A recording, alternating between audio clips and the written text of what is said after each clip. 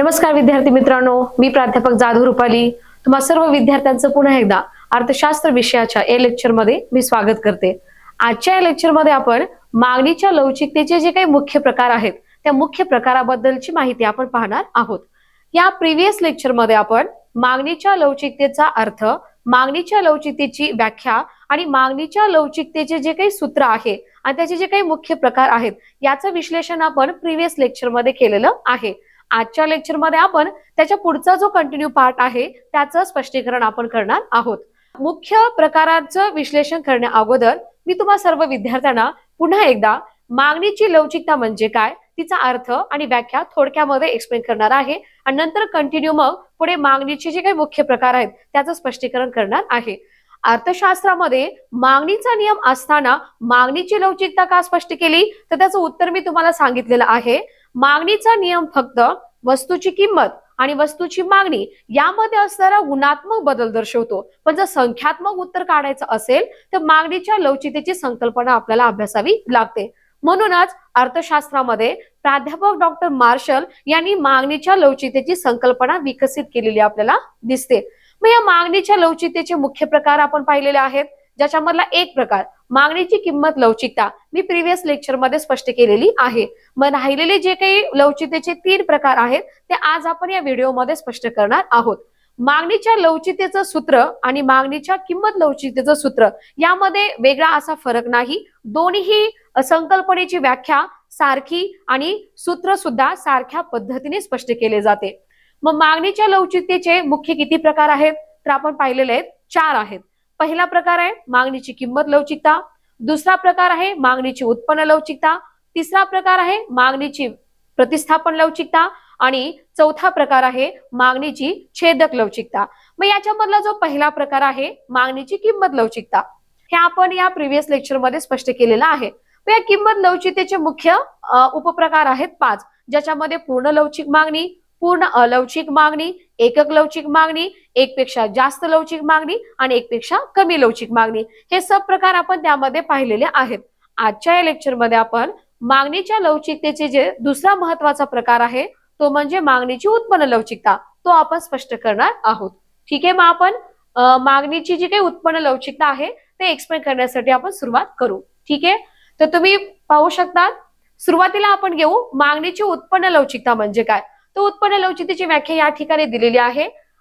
अर्थशास्त्रामध्ये कुठलाही नियम जर स्पष्ट करायचा असेल, संकल्पना मांडायची असेल तर विशिष्ट परिस्थिती ग्राह्य धरावी लागते। ग्राह्य परिस्थितीमध्येच अर्थशास्त्रामधला नियम आपल्याला स्पष्ट करावा लागतो। या ठिकाणी गृहीतक लक्षात घेतलेला आहे उत्पन्न लवचिकता स्पष्ट करताना, ते म्हणजे कोणतं, वस्तूची किंमत आपल्याला स्थिर धरावी लागते। वस्तूची किंमत स्थिर असताना, कारण आपण इथं वस्तूची आपण किंमत मागणीची किंमत लवचिकता आपण इथे काढत नाही, तर आपण इथे वस्तूची उत्पन्न लवचिकता आपण काढतोय। मग वस्तूची किंमत स्थिर असताना बघा, व्यक्तीच्या उत्पन्नातील बदलाचा वस्तूच्या मागणी नगसंख्येवर जो परिणाम होतो त्याला उत्पन्न लवचिकता असे म्हणतात। म्हणजे व्यवहारामध्ये व्यक्तीच्या उत्पन्नातील बदलाचा वस्तूच्या मागणी नगसंख्येवर काय परिणाम होतो याचं उत्तर जर आपल्याला काढायचं असेल तर आपल्याला जी लवचिकता महत्वाची ठरते ती उत्पन्न लवचिकता म्हणून ओळखली जाते। मग उत्पन्न लवचिकतेचं सूत्र काय येतं पाहू आपण। बघा, मागणीची उत्पन्न लवचिकता बरोबर मागणीतील शेकडा बदलाचे प्रमाण भागिले, त्यालाच आपण गुणोत्तर सुद्धा म्हणू शकतो, भागिले उत्पन्नातील शेकडा बदलाचे प्रमाण। मग याचं जे काही गुणोत्तर येतं ना त्या गुणोत्तराला आपण काय म्हणतो, मागणीची उत्पन्न लवचिकता असे म्हणतो। मग दैनंदिन जीवन जगत असताना व्यक्तीच्या उत्पन्नामध्ये वाढ होत असेल तर साधारण गोष्ट आहे जी तुम्ही समजू शकतात, उत्पन्नातील वाढीचा परिणाम व्यक्तीच्या मागणी नगसंख्येवर नक्कीच होतो। त्याच्याकडे येणारा पैसा जर जास्तीत जास्त वाढत असेल तर उपभोग्य वस्तू तो जास्तीत जास्त खरेदी करतच असतो, कारण उत्पन्नातील वाढीचा परिणाम वस्तूच्या मागणी नगसंख्येवर हा धनात्मक स्वरूपाचाच होतो। मग या उत्पन्न लवचिकतेच्या संकल्पनेमध्ये आपण त्याचे जे काही सब प्रकार आहेत, कशाचे, उत्पन्न लवचिकतेचे, ते जे उपप्रकार आहेत ते सुद्धा आपण स्पष्ट करणार आहोत। मग या मागणीच्या उत्पन्न लवचिकतेचे जे प्रकार आहेत त्या प्रकारामध्ये शून्य उत्पन्न लवचिकता, ऋणात्मक उत्पन्न लवचिकता, एकक लवचिकता असे हे मागणीच्या उत्पन्न लवचिकतेचे 3 सबप्रकार पडताना आपल्याला दिसतात। मग आपण हे विश्लेषित करू। या प्रकाराच्या संदर्भामध्ये उत्पन्न लवचिकतेचं उत्तर आपल्याला कोणत्या स्वरूपामध्ये मिळतं आणि ते उत्तर आपल्याला कशा पद्धतीने प्राप्त होतं? मग उत्पन्न लवचिकतेमधला पहिला प्रकार आपण घेऊ, शून्य उत्पन्न लवचिकता. आता याचं विश्लेषण कशा पद्धतीने करता येईल आपल्याला? तर बघा, शून्य उत्पन्न लवचिकता कशाला म्हणतात? व्यक्तीच्या उत्पन्नातील वाढीचा परिणाम जेव्हा व्यक्तीकडून खरेदी केल्या जाणाऱ्या वस्तूच्या नगदसंख्येवर होत नाही तेव्हा त्याला काय म्हणतात? शून्य उत्पन्न लवचिकता म्हणून ती ओळखली जाते. म्हणजे हे कसं होऊ शकतं? तर दैनंदिन जीवन जगत असताना अशा काही वस्तू असतात की ज्याच्यावर उत्पन्नातील वाढीचा परिणाम फारसा झालेला आपल्याला दिसत नाही. असं का? त्याचं एक्झाम्पल सुद्धा मी तुम्हाला सांगू शकते. कशाचं? शून्य उत्पन्न लवचिकता आपल्याला दैनंदिन व्यवहारामध्ये कोणकोणत्या वस्तूच्या संदर्भामध्ये आढळते? तर एक्झाम्पलमध्ये पहिले मी घेऊ शकते. बघा, उदाहरणामध्ये आपण दैनंदिन जीवनामध्ये आपण जे मीठ वापरतो, बघा या मिठाच्या संदर्भामध्ये आपली जी काही उत्पन्न लवचिकता आहे ना ती शून्य आपल्याला आढळते. ती कसं? बघा, व्यक्तीच्या उत्पन्नामध्ये वाढ झाली, वाढ झाल्यानंतर तो आपल्या दैनंदिन जीवनामध्ये मिठाची जी काही खरेदी आहे तो 10, 12, 15 जे काही पुढे आहेत ते एकदाच खरेदी करतो का? नाही. त्याला आवश्यकतेनुसार त्याला जेवढी क्वांटिटी पाहिजे तेवढीच तो खरेदी करतो. म्हणजे उत्पन्न वाढलं म्हणून जास्त खरेदी करा किंवा उत्पन्न कमी झालं म्हणून सुद्धा मिठाची मागणी तो जेवढी पाहिजे तेवढीच करतो.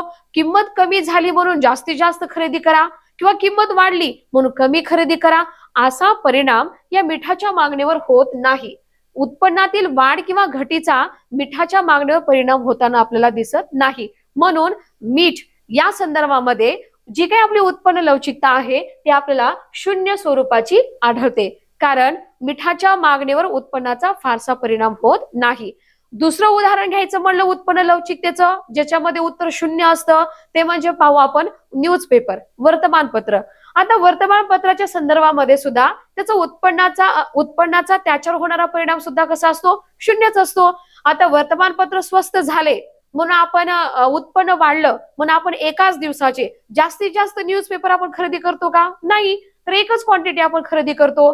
व्यक्तीच्या उत्पन्नातील बदलाचा वस्तूच्या मागणी नगदसंख्येवर फारसा परिणाम होत नसेल तर त्याचं उत्तर काय काढलं जातं? तर ती उत्पन्न लवचिकता शून्य म्हणून ती ओळखली जाते. या अशा पद्धतीने उत्पन्न लवचिकतेचा पहिला प्रकार आहे शून्य उत्पन्न लवचिकता. आता आपण पाहू दुसरा प्रकार, ऋणात्मक उत्पन्न लवचिकता. ऋणात्मक म्हणजे इथे उत्तर दिलेलंच आहे. तर उत्पन्नातील बदलाचा परिणाम मागणी नगदसंख्येवर होतो, पण तो कशा स्वरूपाचा होतो? त्याचं उत्तर आहे ऋणात्मक स्वरूपाचा. मग व्यवहारामध्ये अशा काही वस्तू असतात की त्या वस्तूवर उत्पन्नाचा होणारा परिणाम नकारात्मक असतो. तो कसा? उत्पन्नातील वाढीनंतर वस्तूची नगदसंख्येची मागणी वाढायचं तर ती कमी होते आणि उत्पन्नातील घट झाली तर त्या मागणी नगदसंख्येमध्ये वाढ होते. म्हणजे हा जो संबंध आहे ना तो निगेटिव्ह येतो. निगेटिव्ह येण्यापाठीमागचं कारण काय? तर त्या व्यवहारामधल्या अशा काही वस्तू असतात की त्या वस्तू उत्पन्नानुसार खरेदी कराव्या किंवा करू नये याचा निर्णय तो व्यक्ती घेत असतो. मग या कोणत्या स्वरूपाच्या वस्तू येतात? ज्याच्या संदर्भामध्ये आपल्याला उत्पन्न लवचिकता ऋण आढळते. तर या संदर्भामधल्या वस्तू जर स्पष्ट करायच्या असतील तर याचं उदाहरण सांगितलं जातं कनिष्ठ दर्जाच्या वस्तू.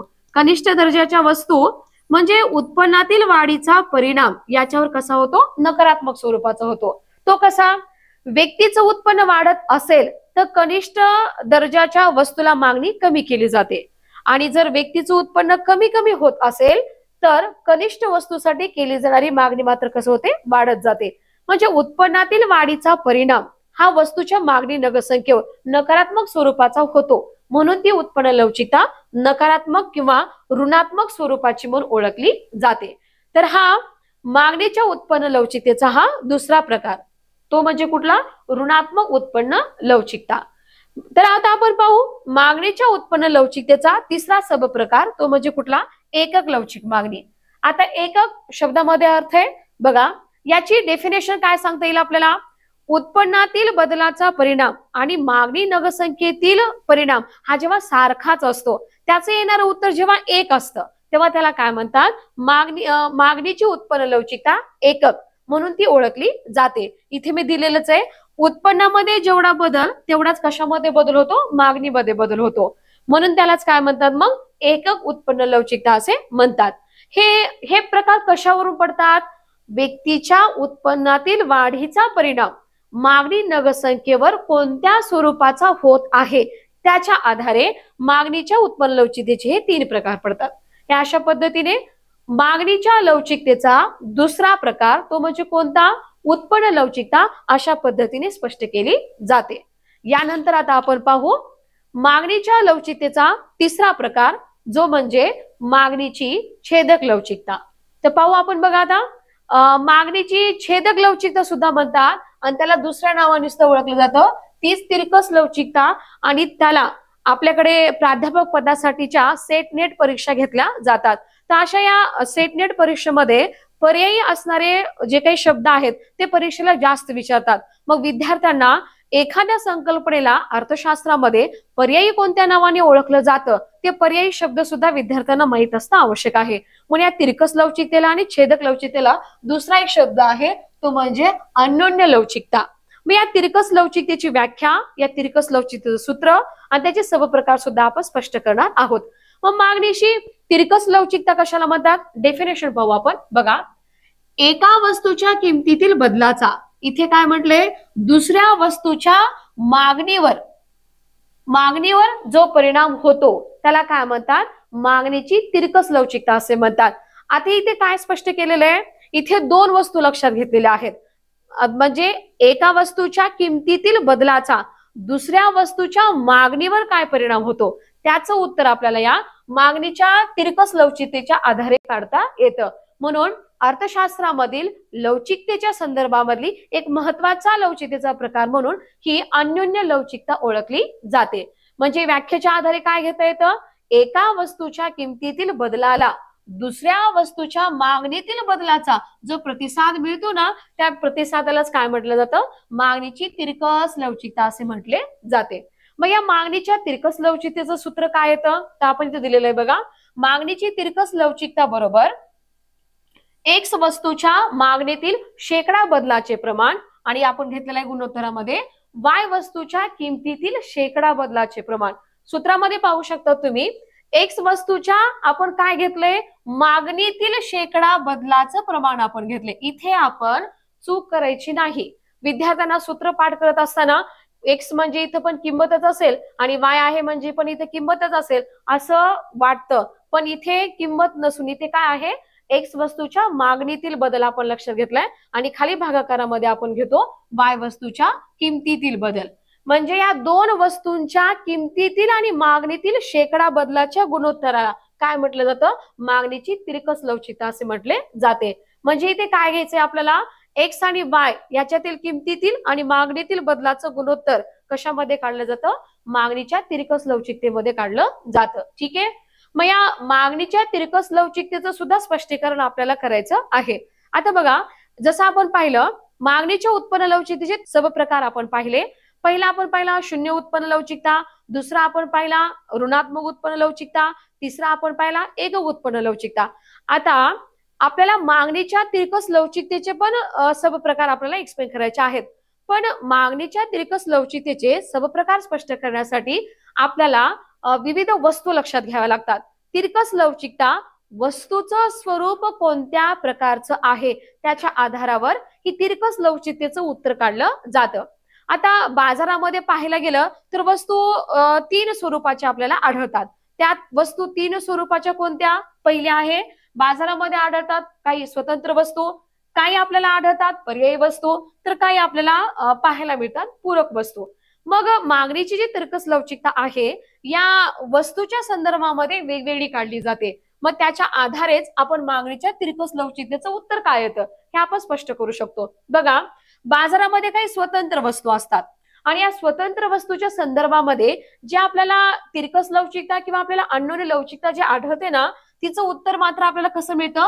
0 मिळतं. हे असं का होतं बाजारामध्ये त्याचं विश्लेषण आपण करू. बघा, कारण सूत्रामध्ये सांगितलेलं आहे एक्स वस्तूच्या मागणीतील शेकडा बदलाचं प्रमाण आणि आपल्याला काय पाहिजे? वाय वस्तूच्या किमतीतील शेकडा बदलाचं प्रमाण याच्या गुणोत्तरालाच आपण तिरकस लवचिकता म्हणतो. पण आता जिथं वस्तू स्वतंत्र आहेत, स्वतंत्र म्हणजे काय? एकाच्या किमतीतील बदलाचा दुसऱ्या वस्तूच्या मागणीवर काहीच परिणाम होत नसेल तर काहीच परिणाम होत नसेल, मग त्याचं उत्तर आपल्याला काही मिळेल का? मिळणारच नाही. त्याचं उत्तर आपल्याला काय मिळू शकतं? शून्य मिळू शकतं. आता मी इथं उदाहरणामध्ये सुद्धा घेतलेलं आहे, तुम्हाला समजेल अशाच सोप्या भाषेमध्ये ते एक्झाम्पल मी घेतलेलं आहे. बघा, उदाहरणामध्ये घेतलेलं आहे मी टीव्ही आणि कापड. तर तुम्ही या दोन वस्तू बाजारामध्ये पाहतात, तर टीव्ही आणि कापडाचा आपल्याला काही संबंध असलेला दिसतो का? नाही.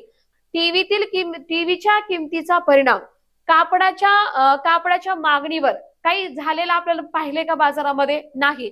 तर टीव्ही आणि कापड या काय स्वतंत्र वस्तू आहेत. याची किंमत बदलली म्हणून याच्या मागणीमध्ये काही वाढ होत नाही, किंवा याची किंमत घटली म्हणून याच्या मागणीमध्ये वाढ होताना आपल्याला दिसत नाही. म्हणून याच्या संदर्भामधली जी आपल्याला तिरकस लवचिकता आढळते ती कशी असते? शून्य असते. म्हणून त्याचं कारण स्पष्ट केलं जातं. तर हे तिरकस लवचिकतेचा पहिला प्रकार, जो की स्वतंत्र वस्तूच्या संदर्भामध्ये आढळून येणारी तिरकस लवचिकता म्हणून स्पष्ट केली जाते.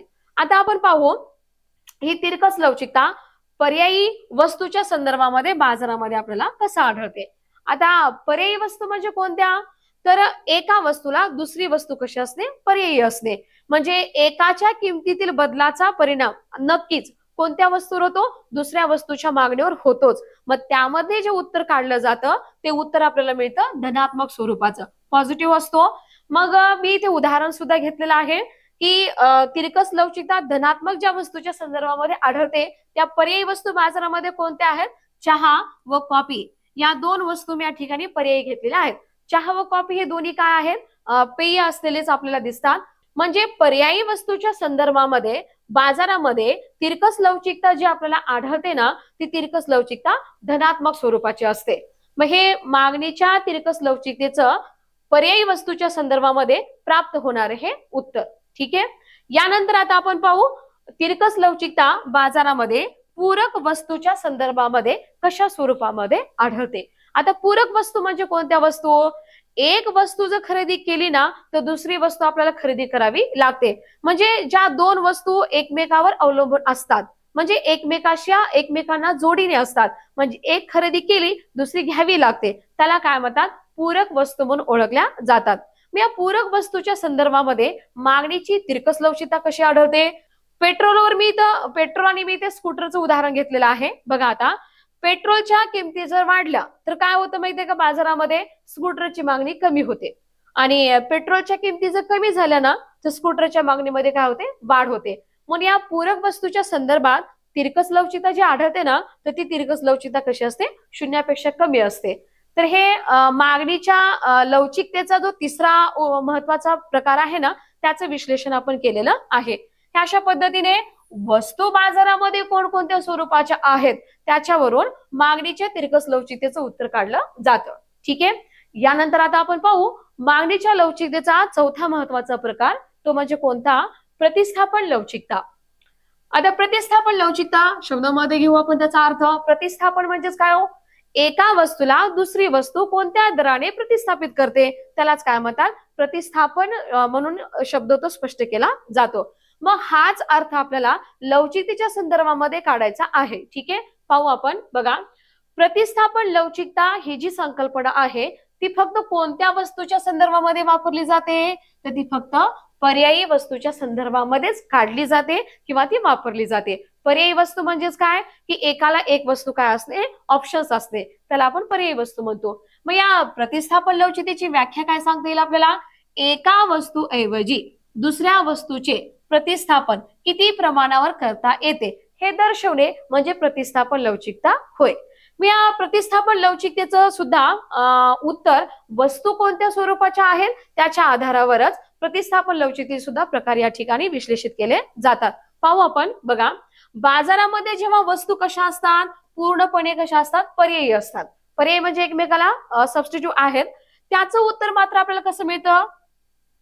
ती लवचिकता असते अनंत स्वरूपाची. आणि जर बाजारामध्ये उपलब्ध होणाऱ्या वस्तू पूर्णपणे कशा नसतील? पर्यायी नसतील पूर्णपणे, तर त्याची लवचिकतेचं उत्तर मात्र आपल्याला कशा स्वरूपाचं मिळतं? शून्य स्वरूपाचं प्राप्त होतं. तर बाजारामध्ये वस्तू कोणत्या स्वरूपाच्या उपलब्ध होतात, कशा आहेत त्याच्या आधारे या प्रतिस्थापन लवचिकतेचं उत्तर काढलं जातं. म्हणजेच काय? पूर्णपणे पर्यायी असतील वस्तू तर प्रतिस्थापन लवचिकता अनंत असते, आणि वस्तू जर पूर्णपणे पर्यायी नसतील तर प्रतिस्थापन लवचिकता कशी असते? शून्य असते. तर अशा पद्धतीने मागणीच्या लवचिकतेचे जे मुख्य 4 प्रकार आहेत ते आपण स्पष्ट केलेले आहेत. मागणीच्या लवचिकतेचे मुख्य 4 प्रकार परत एकदा आपण रिवाइज करू. मागणीची किंमत लवचिकता, मागणीची उत्पन्न लवचिकता, मागणीची प्रतिस्थापन लवचिकता आणि चौथा मागणीची छेदक लवचिकता. तर हे 4 प्रकार मागणीच्या लवचिकतेचे स्पष्ट केले जातात. तर अशा पद्धतीने मागणीच्या लवचिकतेची संकल्पना तुम्हा सर्व विद्यार्थ्यांना चांगल्या पद्धतीने समजली असेल असं मी गृहीत धरते. धन्यवाद.